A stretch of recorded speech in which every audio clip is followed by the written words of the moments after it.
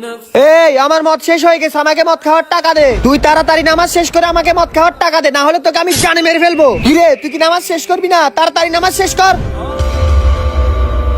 আরে কি হয়েছে ভাই, আপনি এরকম করতেছেন কেন? আমার মদ শেষ হয়ে গেছে, আমাকে মদ খাওয়ার টাকা দে। আমি তোমাকে এক সপ্তাহ মদ খাওয়ার টাকা দিব, কিন্তু আমার একটা শর্ত আছে। আচ্ছা বল কি শর্ত? আমি মদ খাওয়ার জন্য সবকিছু করতে রাজি আছি।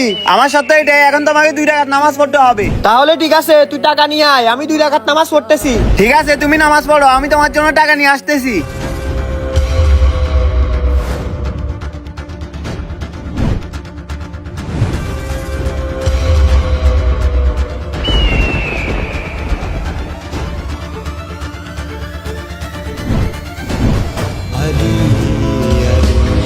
এই নেন ভাই আপনার মদ খাওয়ার টাকা। ভাই প্রথমে নসিহত করেন, তারপর গুনাহ করতে বলেন। নামাজি ব্যক্তি কি কখনো গুনাহের কাজ করতে পারে? ভাই আজকে থেকে আমি আর কোনো গুনাহের কাজ করব না।